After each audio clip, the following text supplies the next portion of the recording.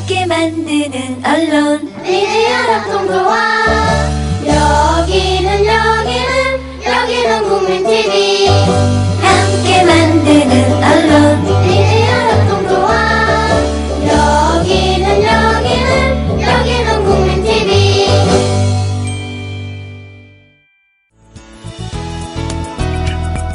안녕하세요. 노혜경입니다. 원래 2주만 땜빵 방송하기로 했던 것을 쭉 한 달쯤 더 가게 생겼어요.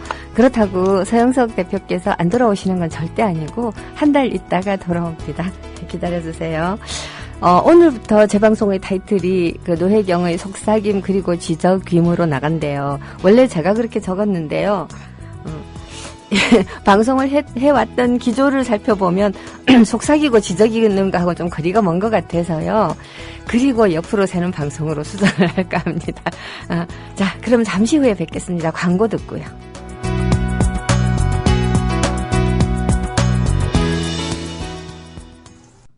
주 기자님, 지난 주말에 콘도 다녀왔는데 진짜 좋았대. 주 기자님은 콘도 회원권도 갖고 있나 봐요? 부럽다. 이번에 회원권 114 거래소에 의뢰해서 싸게 구입했다는데? 콘도 회원권은 비싸지 않아요? 회원권인데? 근데 이 콘도 회원권이라고 다 비싼 게 아닌가 봐. 회원권 114에 알아보니까 종류도 많고 다양한 상품들 엄청 많던데? 그러면 우리도 봄 여행 한번 알아볼까요? 콘도는 회원권 114에서 구입하고요. 02-544-6114번 02-544-6114번 회원권 114는 인터넷과 모바일 앱에서도 검색할 수 있습니다. 콘도 회원권 거래는 회원권 114 02-544-6114번으로 바로 전화해보세요. 지상철 조합원 신청 광고입니다. 강화대교 앞에서 개념 부부가 만드는 개념 곰탕 연지연 곰탕. 연지연이란 가마솥의 장작불로 온종일 고아내는 곰탕을 서로 나누어 이어지는 인연이란 뜻입니다. 연지연 곰탕이 민주주의를 열망하는 조합원 여러분과 국민의 건강을 책임지겠습니다. 곰탕 포장 판매는 한 팩 800g에 7,000원이며 7팩 이상은 무료 배송으로 드립니다. 연지연 곰탕은 강화대교 입구에 위치해 있습니다. 단체 주문 예약 및 포장 주문 전화번호는 010-7252-1114, 010-7252-1114, 031-989-9968. 조합원 단체 예약은 10% 할인해드립니다.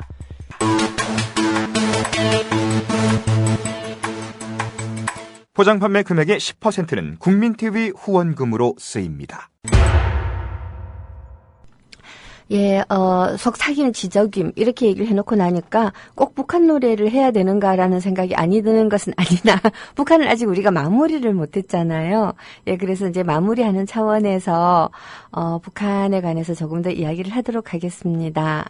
자, 북한의 역사 가운데서 가장 끔찍하고 슬펐던 상황이 1967년에서 1972년까지 사이에 북한을, 이걸 참 눈부시게 반대말이 눈이 캄캄하게, 예, 눈앞이 캄캄하게 변화시킨 주체의 나라, 유일 사상이 지배하는 나라로 변화시킨 그 시기의 일련의 사건들이었다라고 말씀을 드렸어요. 자, 두 번째로 북한의 역사에서 가장 우울했던 시기는 역시 김일성이 사망하고 난 다음 그 직후에 그 대기근이 몰아쳐서 북한 인민 가운데 뭐 많이 보는 사람은 10분의 1이 굶어 죽었다고 하고 적게 보는 사람도 적어도 1%는 죽었다라고 생각을 해요. 그러니까 20만, 최저 20만에서 최대 200만 명 가까이가 굶어 죽어버린 그 끔찍한 사건이죠.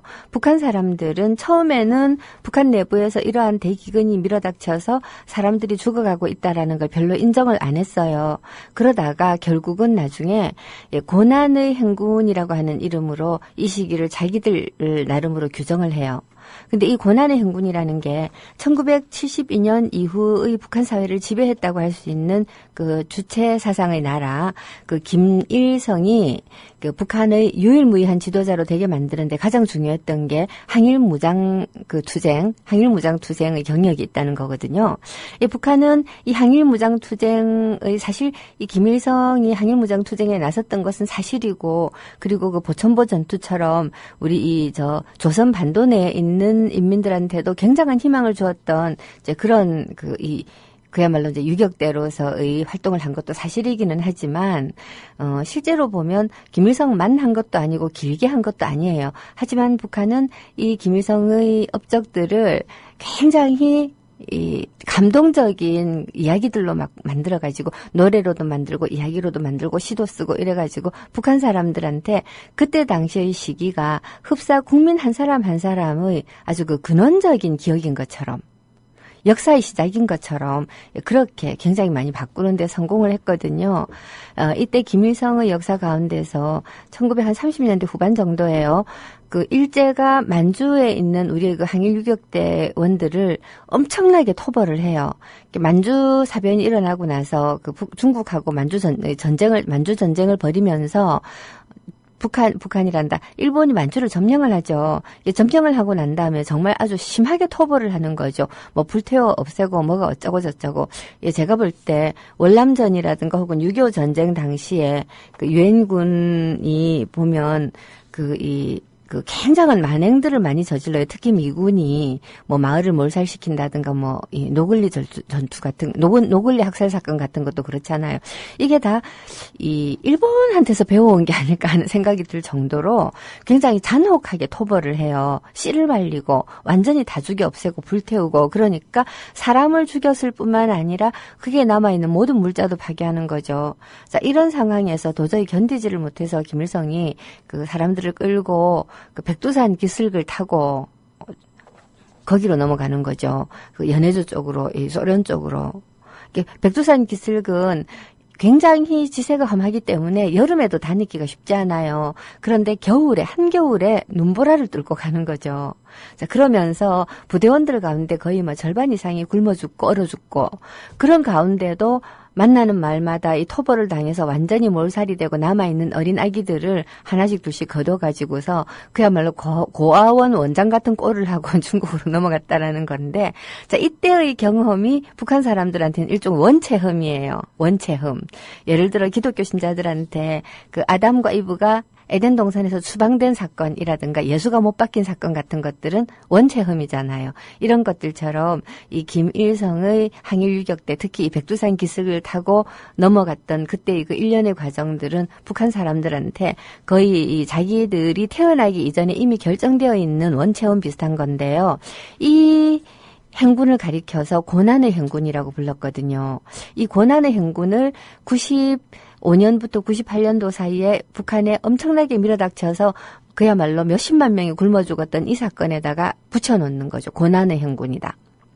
즉 우리의 이 북조선을 세운 건국 선조들이 겪었던 그 고통과 마찬가지로 우리도 지금 끔찍한 고통을 겪으면서 이것을 극복하고 새로운 나라로 가야 한다. 김정일은 이 고난의 행군 시기를 겪으면서 어떤 국가적 목표를 세우는가 하면 2012년도에는 우리가 이 모든 것을 다 극복하고 강성대국의 문을 열어젖힌다라고 얘기를 해요. 말 되게 재밌게 해요. 강성대국이 될 것이다라고 얘기하는 게 아니고 강성대국의 문을 열어젖힌다. 이 정치권에서는 이 말 한마디 한마디가 굉장히 중요하거든요. 며칠 전에 그 유승민이라고 오늘 새누리당에서 유승민을 원내대표에서 끌어내리든가 정 안 되면 출당이라도 시키겠다는 각오로 지금 덤벼들고 있는데 정말 찌질하죠. 새누리당 지지하는 분들도 이런 상황에서 부끄러움을 느끼지 않는다면 그건 정말 민주국가의 시민이 아닌 건데, 이 유승민이 박근혜한테 사과를 이런 식으로 했거든요. 뭐라고 했더라? 마음의 문을 열어달라. 마음 상하게 해서 죄송하고 마음의 문을 열어달라든가 제가 정확하게 워딩은 기억이 나지 않지만 그 사과하는 그 요령이 얼마나 재미있는지, 사과하는 요령이 얼마나 재미있는지, 이 양반 말 잘하는구나라고 제가 느꼈거든요. 완전히 박근혜한테 그 엿을 먹인 거예요, 엿을. 자, 이러니까 얼마나 박근혜가 화가 나겠어요. 우리 일반적인 사람들한테는 사과를 했다라는 것만 보이겠지만, 사과를 했다라는 것만 보이겠지만, 박근혜 입장에서 볼 때는 네가 몸으로는 이 고개를 숙이고 사과를 하는데 말로는 나를 엿을 먹였어. 예, 또 도로 돌아가겠습니다. 옆으로 샜다가. 자, 이렇게 뭐라고 할까? 말 한마디 한마디가 지니고 있는 심오하고 깊은 뜻을 북한의 이 정치권, 특히 이제 이 지도자들은 인민을 향해서 많이 구사하는데요. 다르게 말하면 빠져나갈 구멍을 마련해 둔다라고 할 수도 있겠는데, 여하튼 2012년도에 강성대국의 문을 열어젖힌다라고 하는 목표를 세워놓습니다. 자, 그러면서 이 고난의 행군을 견뎌 나가는데요. 이 고난의 행군 시기에 정말 끔찍하고 비참하기는 하지만 참 북한 사람들이 정치적으로 국민을 단합시키는 능력은 있구나라고 제가 느낀 게, 북한은 슬로건을 가지고 정치를 많이 해요. 예, 문학 예술이 북한에서 중요한 이유가 또 이거죠. 사실 2천만 명이나 되는 인민이 머릿속 하나하나를 검열을 하고 그 안기부 보위부들이 달라들어 가지고서는 뭐 이렇게 뭘 어떻게 해서 어떻게 하고 67년에서 72년 사이에는 몽땅 책을 없애고 뭐 하고 했지만, 사실은 그때 당시 남북한 막론하고 집안의 장서를 갖춰놓고 나름 외국에서 번역된 서적들을 들여다가 읽고 할 정도 같으면 실제로는 지식인 계급이에요. 지식인. 그러니까 그렇게 집을 들이닥쳐서 책을 없애고 해도 그 숫자가 2천만 명은 아니거든요. 근데 고난의 행군 시기에는 2천만 명이 다 고난에 처해 있었는데, 이거를 전 국가에서 막 이렇게 강압적으로 한다고 해가지고선 인민들이 따라오지는 않아요. 이때 필요했던 게 일종의 문화예술이고 슬로건이고, 뭔가 희망찬 내일이 기다리고 있음을 보여주는 행위들이고 이렇죠. 북한에서는 이런 것들을 굉장히 잘해요. 제가 이 고난의 행군 시기에 북한 사람들이 내걸었던 슬로건 중에서, 참 정말 끝을 내준다라고 생각했던 게 이거예요. 가는 길 힘들어도 웃으며 가자. 가는 길 힘들어도 웃으며 가자. 어때요? 어떻게 느껴지세요? 뭔가 찌르르하지 않아요? 가는 길 힘들어도 웃으며 가자. 국가가 우리가 힘든다는 걸 알고 있어요. 가는 길 힘들어도. 그래도 웃으며 가자. 웃으며 가라가 아니에요. 웃으며 가자. 그리고 우리의 대빵도 고난스럽구나. 그래, 같이 우리 웃으며 가자. 가는 길 힘들어도 함께 긋고 가자. 우리는 사회주의 대가정이니까, 어버이 수령은 돌아가셨지만 아직 눈도 못 감고 계시고, 그리고 우리의 이 지도자 동지, 김정일 지도자 동지는 누구보다도 애통해하면서 이 장면을 고난스럽게 견디고 계시니, 우리가 가는 길 힘들어도 웃으며 가자. 아이고, 대단하죠. 우리 아몰랑 여사는 이런 능력조차 없는 걸까요?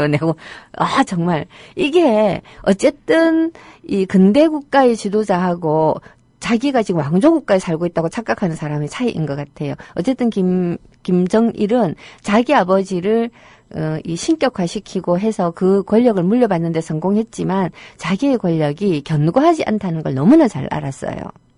당연히 견고하지 않죠. 세습을 해서 견고하지 않다는 게 아니라, 아버지가 지녔던 것 같은 항일 무장투쟁, 이 전사로서의 어떤 절대적인 정통성, 절대적인 권위를 가지고 있지 못하거든요. 김정일은 어쨌든 이 해방 후에 태어났고, 해방 후에 태어났죠? 좀 헷갈리네. 해방 후에 태어났나? 아니면 해방 전에 태어났다고 하더라도 본인이 무장투쟁에 해방 전에 태어났군요. 네, 이 북한 전공자로서의 이 능력이 부족합니다. 고난의 행군 시기에 태어났어요, 김정일이. 예, 그렇습니다. 여하튼 그래도 자기가 직접 이 전투에 나서고 뭔가를 겪고 했던 사람은 아니거든요. 자, 그러니까 김정일의 정통성은 이 항일무장투쟁에 참여했고 국가를 건설했다라고 하는 이런 데 있는 것이 아니고 다른 쪽에 있어야 됩니다. 다른 쪽에 있어야 되기 때문에 김정일은 더더군다나 이 문학예술의 힘을 더 많이 빌려야만 되는 사람이었어요. 자, 그래서 김정일이 제일 먼저 했던 일이 뭔가 하면 대국상을 선포하는 거예요. 대국상. 대국상이 뭐겠어요? 북한 사람들 대를 되게 좋아한다 그랬죠? 예, 무슨 주체 문예의 대고조기라고 70년대를 불렀다고 그랬잖아요. 그냥 고조기도 아니고 대고조기. 자, 이 김일성이 죽은 것을 대국상이라고 불렀는데, 왜 대국상이냐? 당연히 대국상이죠. 국상 중에서도 이보다 더 애통절통한 국상은 없으니 대국상이다. 전 북한에서 김정일 사망 이전까지 김일성 말고 국상을 치른 다른 지도자가 있었는지는 잘 몰라요. 잘 모르기는 하나 어쨌든 이걸 대국상 시절이라고 부르고, 이 대국상 시절에는 김정일이 정치의 전면에 지도자로서 안 나섭니다. 그리고 김정일은 나중에도 주석직을 승계하지 않아요. 한 3년 정도를 굉장히 유교적인 건데 아버지가 돌아가셨으니까 3년 상을 치른다고 하지 않아요? 이 3년 상을 치르듯이 3년 동안을 대국상으로 선포를 하고 그리고 이 시기에 유훈통치라는 걸 합니다. 유훈통치가 뭔가 하면 아버지가 남기신 유업을 다음 세대도 이어받기 위해서 굉장히 이제 노력하는 시기다라고 쉽게 얘기를 할 수가 있겠는데요. 자, 이렇게 함으로써 김정일은 이 고난의 행군 시기를 어떻게 보면 굉장히 정치적으로 성공적으로 건너올 수가 있었어요. 모든 국가의 모든 일들이 그야말로 김일성을 추모하는 데 바쳐지죠. 이게 장점도 있고 단점도 있는 것이 장점은 아직까지 굶어 죽을 정도의 고통에 시달리지 않는 사람들에게 지금은 국상기관이니까 우리가 밥도 적게 먹고 뭔가 좀 자제를 하고 그리고 추모하는데 이렇게 바치자니 상중이니까 자 이런 효과도 있고 또 그야말로 고통에 빠져 있는 사람들이 있지만 그 사람들과 그 일들에 대해서 다른 인민들이 눈이 가지 않도록 하는 그런 효과도 있는 거죠. 자, 그것 때문에 김일성 무덤도 만들고 온갖 뻑적지근한 요란한 건축물도 세우고 난리굿을 지깁니다. 이게 굉장히 큰 마이너스로 돌아왔던 것은 뭔가 하면 이 기근이 밀어닥쳐서 사람들이 굶어 죽으면 사람만 줄어드는 게 아니에요. 물자도 줄어들죠. 많은 면에서 이제 국가의 부가 내려가게 되는데 우리가 메르스 때문에 지금 경제가 어렵다라고 말을 하는데 경제가 어려워지고 이 타격에서 벗어나는데 정말 시간이 많이 걸릴 거예요. 사람들이 정부가 잘못했다고 하는 이유는 이 전염병이라고 하는 거는 병이 발생하는 것은 어쩔 수 없다고 하더라도 이 근대 국가처럼 잘 짜여진 국가들은 발달한 국가들은 이 전염병을 막는 기술도 사실은 굉장히 발달하고 있고요. 어떻게 보면 근대 국가라고 하는 게 과학 문명의 틀을 잡고 있는 거잖아요. 천연두를 더 이상 천연두를 장악한 게 이 종두균 누구지? 마마 종두 천연두 이 주사 만든 사람. 이 큰일 났다, 이거. 하여튼 이 천연두를 극복함으로써 어떻게 보면, 이 근대의 서로 이렇게 소통 가능한 근대의 국가의 교통체계가 완성되었다고 볼 수 있고요. 그리고 또 이 페니실린이 발명되어서 폐렴이라든가 하는 이 박테리아로 인한 질병을 이겨낼 수 있음으로써 어떻게 보면 이 세계 제국이 또 다른 차원에서 세계 제국이 만들어지는 이제 그런 효과를 얻어냈다고 할 수 있을 만큼 이 의료기술이라기보다는 이제 의료과학의 발달, 그리하여 전염병, 역병의 창궐을 극복할 수 있다라고 하는 거는 근대 정치인한테 굉장히 중요한 거죠. 이야기가 옆으로 자꾸 새네요. 이거는 옆으로 새는 거는 제가 방송하려고 준비해 온 게 아니라서 자꾸만 고증이 들립니다. 너무 죄송해요. 하여간에 자 이런 굉장히 이렇게 자원이 부족해지고 국가의 힘이 가장 중요한 것은 사실은 사람, 인적 자원이라고 부르는 말을 저는 좀 싫어하지만 어쨌든 인적 자원들을 상실하고 한다는 것은 근대 국가에서는 굉장히 힘든 상황인데 이 한정된 자원들을 김일성을 추모하고 그 추모를 통해서 이 김정일이 사실은 명실상부한 후계자로 세습에 성공을 하는 거거든요. 어떤 방식으로 성공을 하는가 하면 이제 김정일은 김일성을 그야말로 국가 전체, 인민 전체의 어버이로 밀어 올리는데 성공을 했거든요. 이미 80년대 이미 성공을 했어요. 어버이 수령이잖아요. 이 어버이가 돌아가셨단 말이에요. 그럼 온 국민이 상주가 되어서 추모를 하는데 누가 마상주냐? 두 가지 이유에서 김정일이 마상주예요. 하나는 김일성과 가장 가까이 있음으로써 그러니까 혈통이잖아요, 혈통. 가장 가까이 있음으로써 가장 김일성의 유지뿐만 아니라 많은 것들을 많이 물려받은 사람이고 또 하나는 모든 인민들 가운데서 가장 효성스러운 사람인 거예요. 김일성이. 가장 효심이 지극한 거예요. 그러니까 혈통상으로 보나 어떤 정신적 뜻으로 보나 김정일이 대표자가 되는 거죠. 그래서 아버지의 권력, 부재하는 아버지의 권력을 김정일이 대신할 수 있게 되는 거죠. 이게 세습의 진짜 의미예요. 그러니까 우리가 이 3대 세습 되게 수월하게 된다라고 이제 누구예요? 삼성을 굉장히 욕을 하잖아요. 물론 3대 세습을 하면 안 되죠. 더더군다나 자본주의 사회에서는 회사라고 하는 것이 주주들의 것인데, 근데 그 많은 주주들이 이병철에게서 이건희로 승계가 되고, 그 다음 이재용으로 승계가 될지 안 될지는 애매해요. 자, 이것들을 바라보고 있는 이유는 이병철의 아들들 중에서 이건희가 승계를 했어요. 그리고 이건희의 아들, 딸 중에서 이재용이 승계를 할지 말지 잘 몰라요. 그거는 그 주변에 그들을 둘러싸고 있는 세력들이 이 사람이 과연 계승자가 되어도 된다라는 것을 인정하느냐 마느냐의 일종의 권력 투쟁의 문제거든요. 자, 그러한 투쟁에서 김정일은 자기를 가장 효성스러운 아들이자 가장 효성스러운 인민의 대표자라고 자리매김을 하는 거죠. 이렇게 해서 세습이 되는 것이지요. 자, 그리고 그렇게 되는 과정에서 효성스러운 아들이다라고 말만 한다고 해서 세습이 될까요? 안 되죠. 자, 이럴 때 동원이 된 수많은 장치들이 문학예술들이 만들어낸 것들이지요. 자, 어쨌든 이렇게 해서 김정일이 대국상 시절을, 유훈정치 시절을 견뎌내는 겁니다. 자, 그러면서 이 유훈정치 시절에 내세웠던 여러 가지 정치 철학 같은 것들도 많이 있어요. 뭐 선군 정치라고 하는 말 들어보셨죠, 여러분? 어떤 학자들은 북한이 이렇게 주체 사상으로부터 선군 사상으로 넘어갔다, 이런 말들을 하는데요.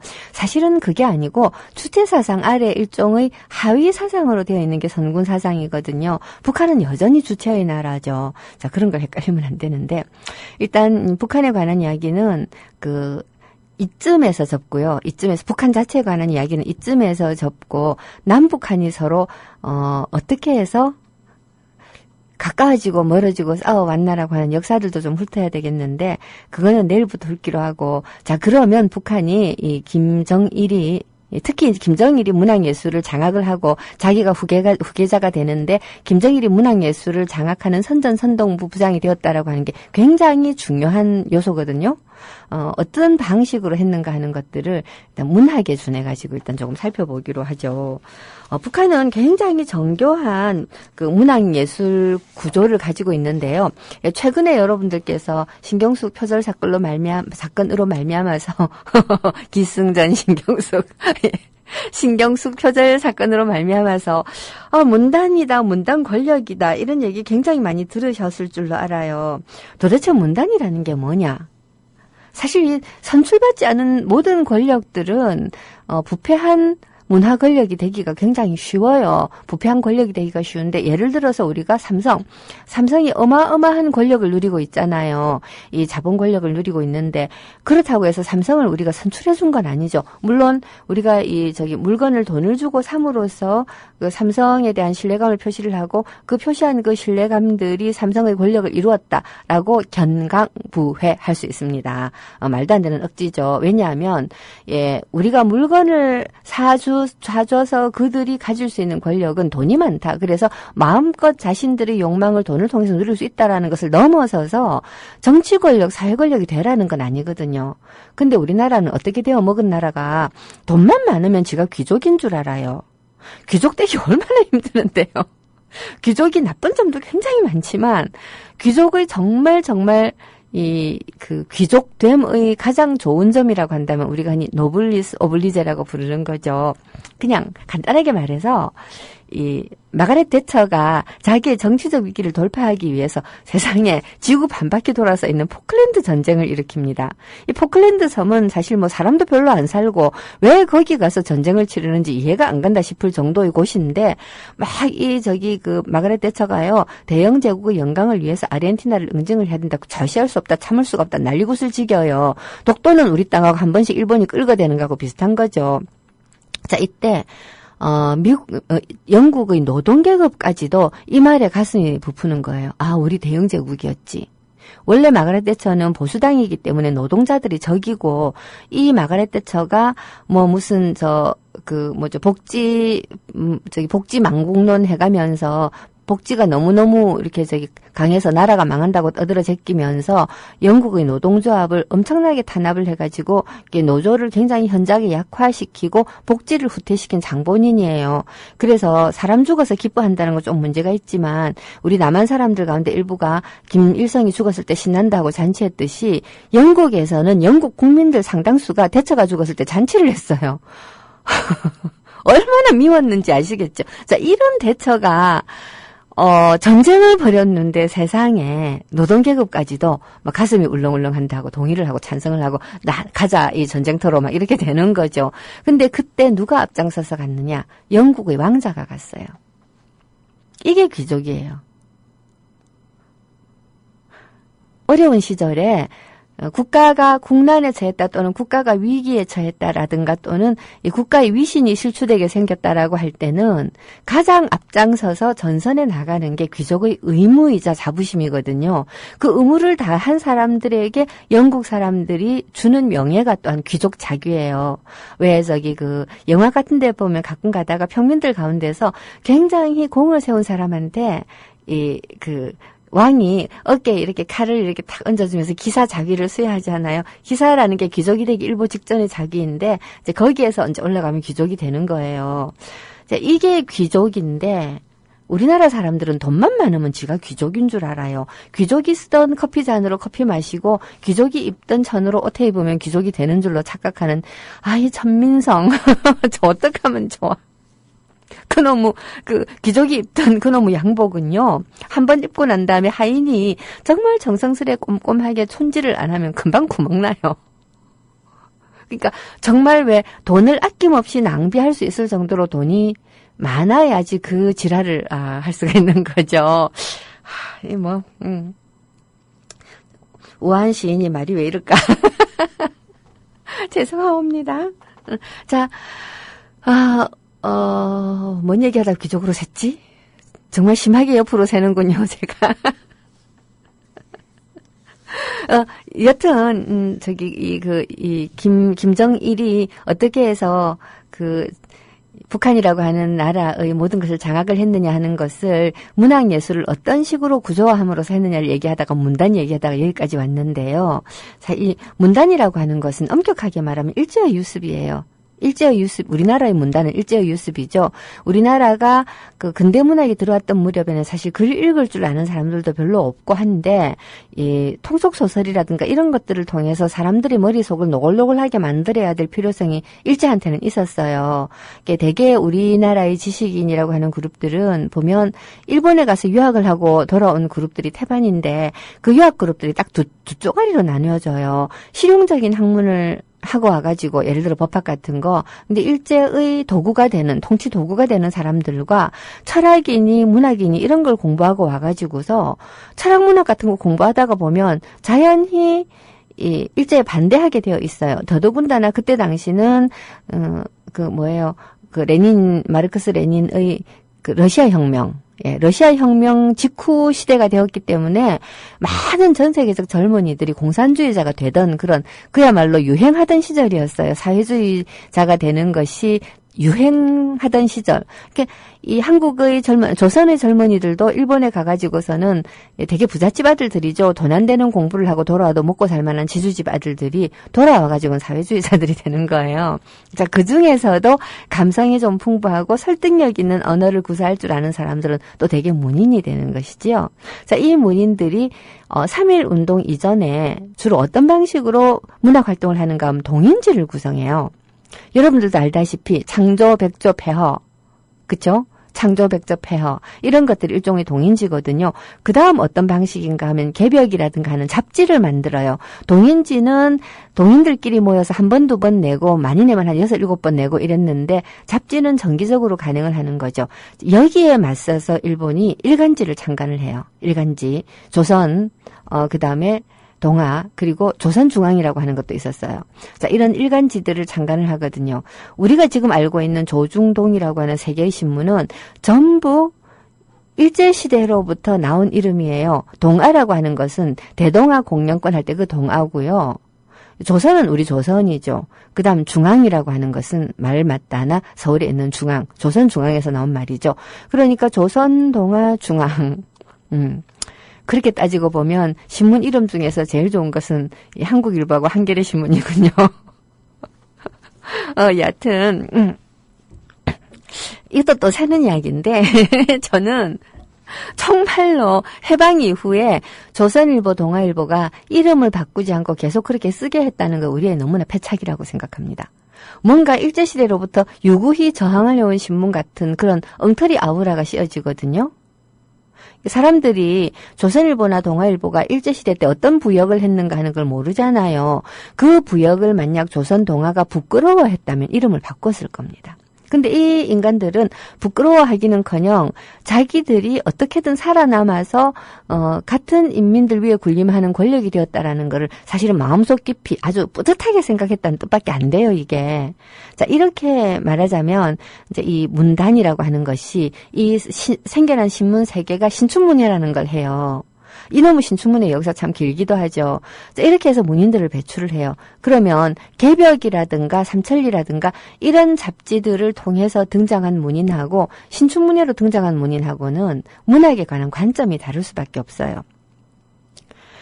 개벽이니 이런 잡지들이 소위 카프파 문인들이 온상이 되는 것도 일본에서 공부하고 돌아왔지만 사회주의적인 경향성을 지니고 문학이라고 하는 것이 민족의 독립을 추구하는 데 대한 도구가 되어야 되겠다라고 생각하는 문인들과 문학이라고 하는 것이 내 개인의 이름을 드높이고 독자들에게 매우 재미를 줘가지고 돈도 좀 벌어보자라고 생각하는 문인들과 같을 수가 없잖아요. 이놈의 거를 같은 문학처럼 보이게 만든 것이 일제의 문화 전략이라는 거죠. 그리고 그 일제의 문화 전략의 유습이 지금까지 이어지고 있는 건데 그럼 북한은 문단이라는 게 있었느냐? 없어요. 북한은 문단이 없어요. 대신에 뭐가 있냐? 동맹이 있어요. 동맹. 문단과 동맹은 굉장히 많이 달라요. 문단은 말하자면 그 승급 시험을 쳐서 들어가는 것과 비슷한 통과 의례가 있는 그 모임이고 동맹이라고 하는 것은 생각이 같은 사람들의 모임이거든요. 굉장히 다르죠. 그래서 일제시대 때 저 프롤레타리아트 이 카프가 그 조선 문학과 동맹이거든요. 동맹. 그리고 이제 이 문단이라고 하는 것은 신춘문예라는 등단 제도를 거쳐서 올라간 사람들이 형성하는 게 문단이에요. 이 언어의 차이가 이런 차이를 역사적으로 가지고 있는 거죠. 이 문학예술을 김정일이 장악을 할 때 이 동맹이라고 하는 형식을 어떻게 장악을 할 것인가가 굉장히 중요한 요체가 되죠. 문학이라고 하는 것은 이미 일단 문학만 갖고 얘기를 하지만 다른 예술도 다 마찬가지예요. 이미 어떤 그 고정되어 있는 문학관이라는 게 있잖아요. 시는 이런 것이고 소설은 이런 것이다. 자, 이런 것들에 준해서 이런 이미 고정되어 있는 것들을 생산을 해내는 기성 작가군이 있어요. 기성 작가군. 그리고 새로이 기성 작가가 되고 싶어 하는 사람들이 있죠. 우리 흔히 문청이라고 부르는 사람들이 그 사람들이에요. 문학 청년. 문학 소녀하고 문학 청년은 다른데 저는 되게 기분 나쁜 게 왜 문청이고 문학 소녀냔 말이에요. 문청이라고 하는 것은 장차 작가가 될 만하나 아직 작가가 덜 된 인간들이고요. 문학 소녀라고 하는 것은 절대로 작가가 될 가능성은 없으나 감상적인 문학에 푹 빠져 있는 인간들을 말하는데 그냥 문학 소년과 문학 처녀는 왜 없냔 말이에요. 이런 성차별적인 말도 안 되는. 여튼, 우리는 그냥 그걸 보통 문청이라고 부르는데, 북한에서는 이런 사람들을 가리켜서 후비라고 불러요, 후비.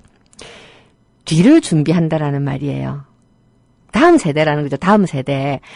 문학 작가가 되기 위해서, 굉장히 습작을 하고 하는 사람들을 가리켜서 북한에서는 후비라고 부르고, 우리는 문청이라고 부른다라는 건데요. 문청은 등단을 하고, 후비는 동맹원이 되는 거예요. 물론 북한에도 등단 제도라는 게 있어요. 근데 등단 제도라기보다는 동맹원 자격을 주는 거죠. 조금 다르죠. 동맹원 자격을 주는 것. 우리는 등단을 한다고 해서 특별히 자격증을 주진 않아요. 물론 자기가 자발적으로 시인협회라든가 민족문학작가회의 소속으로 등록을 할 수는 있는데 등단했다고 해서 자동적으로 그런 자격증이 주어지진 않거든요. 물론 등단 작가에 한해서 잡지들이 청탁을 합니다. 근데 저도 잡지 편집장을 해봤잖아요. 저 같은 굉장히 시건방진 편집장들은 등단 절차를 거치지 않은 사람에게도 작품이 좀 과감하게 청탁을 합니다. 또 과감하게 실어줍니다. 그리고 실어준 그것으로서 너는 등단했다 치고 너는 작가야라고 이제 해주는데, 그럴 때 이 잡지의 권위가 있으면 자기가 작가가 되는 거고, 권위가 없는 잡지로 그런 말하자면 그 작품 발표하는 그런 기회를 얻었다면 한 번의 등단 절차를 더 거쳐야 된다고 문단에 썩어 빠진 인간들이 주장을 하죠. 이게 이제 남한의 현실이지만 북한에서는 일정한 문학상에 당선이 된다거나 아니면 공모 같은 데 이제 입상을 한다거나 하게 되면 작가 동맹원이 될 수 있는 자격을 주는 거예요. 이렇게 이제 동맹을 통해 가지고 이 작가들의 의식 세계와 작품을 관리 감독을 하는 거죠. 이 작가 동맹은 단순히 동맹원 자격을 주고 발표할 지면을 만들어주고 하는 것뿐만 아니고 어떤 문학을 써야만 하는 것인가 하는 것에 대한 끊임없는 지도를 해요. 끊임없는 지도를. 자, 이런 것들이 굉장히 이제 북한의 특이한 부분이라고 할 수 있겠는데요. 북한은 1967년 이전까지는 작가 동맹 중심으로 문학이 이루어져 왔습니다. 거의 이제 일원화되었다라고 볼 수 있었는데 67년 이후에는 작가 동맹과 당과 그리고 이제 그러니까 내각의 지도, 이렇게 삼중바닥 지도를 받습니다. 거의 삼위일체적 지도를 받는다고 할 수 있는데요. 굉장히 어렵습니다. 이런 것들이. 예.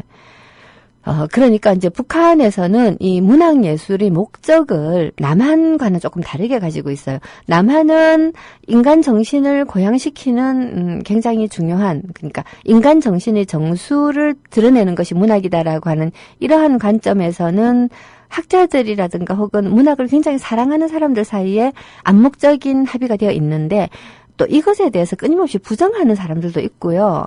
여하튼 끊임없는 논쟁을 통해서 문학예술의 의미가 변화하기도 하고 발달하기도 하고 그러거든요. 근데 북한에서는 정해져 있어요.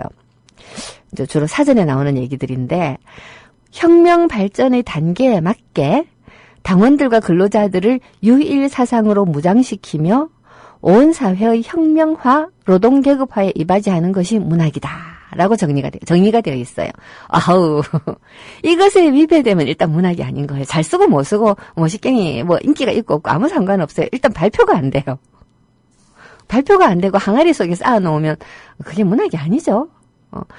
저는 항아리 속에 쌓아놓은 문학이라는 말이 좀, 물론 중국에서도 그런 분들이 있었지만, 그 청록파가 일제시대 때 시를 고이고이 접어서 항아리에 넣었다가 나중에 이제 꺼내가지고 발표를 했다 하면서 1950년대, 60년대 초반을 우리 사회를 지배를 해버렸는데, 이런 멍멍이 같은 소리가 다 있냐라고 생각을 해요. 청록파 정도의 시, 박두진 선생은 조금 다를지 몰라도, 요 조지훈 선생은 나중에 그래도 큰 소리 좀 쳤지만, 어쨌든 박목월 같은 시를 이 일제시대 때 발표를 못하게 했다. 말도 안 되는 소리예요. 왜 발표를 못하게 해요? 그 정도 시를. 술 읽는 말마다 타는 저녁놀. 아니, 일제 말기에 1940 몇 년도에 썼다는데, 그 공출 당해가지고, 정말 먹을 것도 별로 없었던 한국 땅 어디에서 싸갖고 술을 익힐 정도로 만들어요. 말도 안 되는 소리 하고 있죠, 진짜. 여튼 그렇다 치고. 죄송합니다. 왜 이렇게 자꾸 옆으로 셀까? 여하튼 이런 어떤 문학의 정의, 말하자면 온 사회의 혁명화, 노동계급화에 이바지하는 것이다라고 하는 문학의 정의는 작가 동맹도 똑같이 가지고 있는 것이었어요. 북한의 문학인들이 이미 1945년 이후에 북한으로 일제히 넘어가면서 소련이 진주하고 있는 북한 사회를 사회주의 조국으로 만들어 봐야 되겠다라는 것을 자기들의 사명으로 생각을 했다라고 말씀을 이미 드렸어요. 그러니까 김일성이나 김정일이 문학예술인들한테 너희들 이렇게 해야 된다고 명령을 한 게 아니고 같은 생각을 가지고 있는 사람들이 모여서 북한을 만든 거예요. 그랬기 때문에 적어도 67년 이전까지는 작가 동맹을 중심으로 해가지고 이런 이념에 맞지 않는 개인주의적인 발상을 가지고 있는 문인들을 밀어내고 쫓아내고 이 부르주아지적이다라고 탄핵하고 성토하고, 그랬는데 67년 이후로 넘어가게 되면 자 이런 문학예술을 지휘 감독하는 헤게모니가 완전히 김정일의 손아귀에 들어간다라는 것이지요. 완전히 김일성의 손아귀에 들어갑니다. 자, 여기서부터 이야기가 굉장히 길어지기 때문에 내일 이어서 하기로 하고요. 자, 또 옆으로 좀 세워볼까요? 우리 그 게시판에 가서 보니까 사도요한님께서 진짜 문학 노인도 없네요. 문학 아이돌이라고 하셨는데 그렇습니다. 물론 소년들보다 소설을 많이 읽기는 해요. 근데 엄밀하게 말하면 소년들도 소설 많이 읽어요. 추리소설이라든가 SF소설 같은 것들은 소년들이 더 많이 읽고 하이틴 로맨스는 소녀들이 많이 읽죠. 근데 원래 소설이라고 하는 말의 어원이 로망스였거든요. 많이 들어보셨죠? 로망스라는 거는 원래 한 중세 말엽 정도의 로망스라고 하는 장르의 읽을 거리가 생겨나기 시작을 해서 이게 나중에 소설로 변화했는데요. 로망스라고 하는 장르의 뜻은 굉장히 단순해요. 어느 시점까지는 유럽이 자기네들이 문자 생활을 라틴어로 했거든요. 그러니까 지필을 라틴 말로 했다는 거죠. 우리가 왜 한자로 쓰잖아요. 한문으로. 그러니까 우리가 조선시대까지도 그리고 일본도 마찬가지지만 일정 시기까지는 자기네들이 언어가 없이 이 학문이라든가 뭐 철학이라든가 기타 모든 것들을 역사라든가 하는 기록들을 다 한문으로 했듯이 유럽도 중세 유럽에서는 라틴어로 했다는 거죠. 자, 그러다가 자국의 언어가 생기는 거죠. 자국의 언어가. 아니, 원래 자국 말은 이제 자국 언어 표기법이 생기는 거죠. 알파벳을 가지고 자기네 말을 소리 나는 대로 적을 수 있게 되면서 자기 말로 하는 문학이 생겨요. 그러니까 라틴어로 하는 문학하고 자국어로 하는 문학의 가장 큰 차이는 읽을 수 있는 글자만 알면 읽을 수 있는 사람이 늘어났다라는 것과 동시에 귀족이라든가 지배층이 아니고 일반적으로 좀 돈 있는 사람들의 이야기를 할 수 있게 되었다라는 거죠. 기사담이라든가 이런 거. 근데 궁중의 부인네들이 어려운 라틴어는 배우기가 쉽지 않지만 우리 궁중에서 언문은 궁녀들이 굉장히 쉽게 배웠듯이 그래서 궁녀들이 쓰는 글들도 많이 남아있잖아요. 한글 소설들 같은 것처럼 유럽에서도 마찬가지였어요. 그래서 자국어로 된 문학을 로망스라고 불렀던 거죠. 근데 이랬던 것이 로망스라고 하는 말이 왜 연애소설을 가리키는 말로 변화했는가 하면 자국어로 이야기를 하다가 보니까 이 라틴어를 잘 아는 것은 주로 지배계층 남자들이에요. 근데 같은 지배계층이라고 하더라도 여성들은 교육을 남자들만큼 많이 받진 않거든요. 여성들은 음식을 하고 술을 놓고 뭐 이렇게 치료법을 배우고 뭐 이런 소위 생활 실용적인 교육을 더 많이 받으니까 그래도 이제 이 뭔가 읽을 거리에 대한 갈증이 있으면 배우기 쉬운 자국어를 배우겠죠. 자, 그래서 이런 궁중의 여성들 내지는 귀족 부인들이 읽을 거리를 만들어내다가 보니까 연애담이 성행을 하게 되는 거죠. 기사담, 연애담. 기사 문화는 전쟁도 있지만 로맨스도 굉장히 많거든요. 왜 그때 당시에 이렇게 보면 왜 평생 결혼 안 하고 사는 기사들이 귀족 부인이라든가 또는 뭐 이 왕비라든가 공주라든가를 자기 마음의 별로 삼아서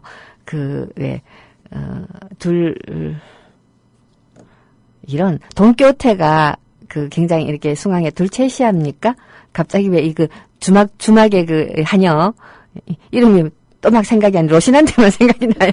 이게 왜 이러냐. 나 옆으로 세면 이런 게 단점이에요. 미리 준비를 안 하니까. 여하튼 이제 그런 식으로 막 마음의 별로 삼아서 그녀 한 사람을 우러러 보면서 전쟁에 나가서 이렇게 막 죽고 막 이러거든요. 자, 이런 문화들이 있었고 그런 문화에 따른 이야기들이 창작이 되고 하면서 로망스가 차츰차츰 연애담을 다루는 것 같은 식으로 의미 변화가 일어났지만 원래 이야기는 로망스는 자기 나라 말로 쓴 소설, 다른 말로 하면 좀 더 민중적인 이야기. 이제 그런 거였죠. 자, 이러다가 보니까 하이틴 로맨스를 많이 읽는 사람들이 주로 여성층이기 때문에 문학 소녀다라는 말이 많이 나왔고 또 여기에 또 중요한 부분이 있죠. 하이틴 로맨스를 많이 읽어서 정식으로 훌륭한 작가가 되는 사람들은 많지 않거든요. 왜냐하면 하이틴 로맨스라고 하는 것은 일상의 만족을 줘요. 재미를 주고 문학이라고 하는 것은 도전이고 어떻게 보면 과거와 싸우는 거예요. 로맨스는 과거를 긍정하고 그 안에서 재미를 찾아내는 것이고 한편으로 위안을 줘요. 제가 신경숙을 좋은 문학이라고 부르는 평론가들에게 정말 참을 수 없는 이 두 가지 감정이 느껴지죠. 모욕감과 동시에 저런 등신들 하는 생각도 솔직히 좀 들거든요. 그런 이유가 로맨스 문학을 한국 문학을 대표하는 거라고 말을 한다는 것 자체가 얼마나 문학의 역사에 대한 무지몽매함을 드러내는 그냥 말이죠. 그러니까 지금과 같은 시대에 메르스를 막지 못해서 문제다라고 하는 시대에 지석영이 있었으면 하고 말하는 거가 똑같은 거예요. 한마디로. 종도 우리나라에서는 지석영 선생이 가지고 들어오셨고 전 세계적으로 이 천연두를 예방할 수 있는 그 백신을 발명한 사람이 제너라고 하는 사람이라고 이제 기억이 났어요. 하여튼 뭐 그렇습니다. 자, 이 로맨스. 자, 그래서 문학소녀라는 말이 이제 생겨난 건데, 근데 저는 좀 부당하다고 생각해요. 문학소년들이라고 해서 그 사람들이 커서 추리소설가라든가, 제대로 된 SF 작가가 된다는 보장도 없잖아요. 그리고 여성문학이 1990년대 우리나라의 대세가 되었기 때문에 신경숙이 뜬 건데, 그렇다면 왜 여성 문인들 가운데서도 본격적으로 제대로 된 문학을 하고 이 문학의 장르가 어떠해야 되고 우리 사회에 어떤 이 변화를 이끌고 나오는 저 진보적인 언어여야 된다라고 주장하는 여자들을 다 내삐리고 로맨스 소설가를 문학이라고 불렀느냐. 문학 소녀를 대상으로 하면 장사가 된다는 걸 알았기 때문이라는 거 아니에요? 이건 사실 문학 청년하고 같이 망한 거예요. 문학 소녀 바람에. 일단 이름은 좀 바꿨으면 좋겠고요. 문학 소녀라는 말은 그냥 문학 어린이라고 합시다. 그냥 문학 어린이. 그다음 문학 젊은이. 그럼 정식 작가가 된 사람들은 문학 늙은인가요? 문학 늙은이? 이 문단을 문학 어른이 아니고 문학 어른이가 아니고 문학 늙은이들이 장악하고 있는 바람에 문학 이 어린이들이 이 득세를 하는 것이 아닐까라는 생각이 문득 좀 들려고 합니다. 이상한 말 많이 만들어내는군요. 그러면 오늘의 결론은 어떻게 되나요? 그 북한이 아니고 문학 어린이에서 문학 늙은이까지가 되는 건가요? 아이고 참. 자, 감사합니다. 옆길로 새는 매력이 이 프로의 매력이라고 그린비님께서 말씀해 주셨는데, 예, 제가 좀 산만해가지고, 정말 노력을 하는데 옆으로 자꾸 셉니다. 제가 사실, 대학에서 사실 아이들을 조금 가르치는데요. 그 강의의 절반은 옆으로 새는 바람에 애들이 굉장히 좋아하기는 합니다. 오늘은 조금 일찍 끝내야 될 것 같습니다. 옆으로 세기에는 본격 얘기를 하기에는 짧고 옆으로 세기에는 길고 이런 시간이 남았는데요. 예, 그래서 일단 이 정도에서 오늘의 방송을 마치고 이 속삭임 지적임이라고 굉장히 서정적인 제목으로 프로그램을 달았지만 양심에 찔려서 그리고 옆으로 새는 방송으로 가겠습니다. 아니면 부제를 약간 붙여서 아까 어떤 분께서 줄여서 뭐라고 말씀을 하셨는데 그 옆새? 네, 그 옆새? 예. 속삭임, 지적임, 그리고 그 옆새. 뭔가 되게 멋있어 보입니다. 예. 속삭임, 지적임, 그리고 그 옆새. 오늘 여기까지 하겠습니다.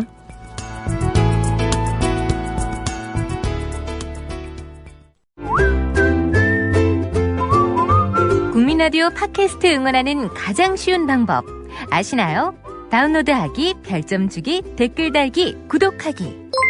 국민라디오 팟캐스트 널리 알리는 가장 쉬운 방법. 다운로드하기, 별점 주기, 댓글 달기, 구독하기. 기억하세요. 다운로드하기, 별점 주기, 댓글 달기, 구독하기.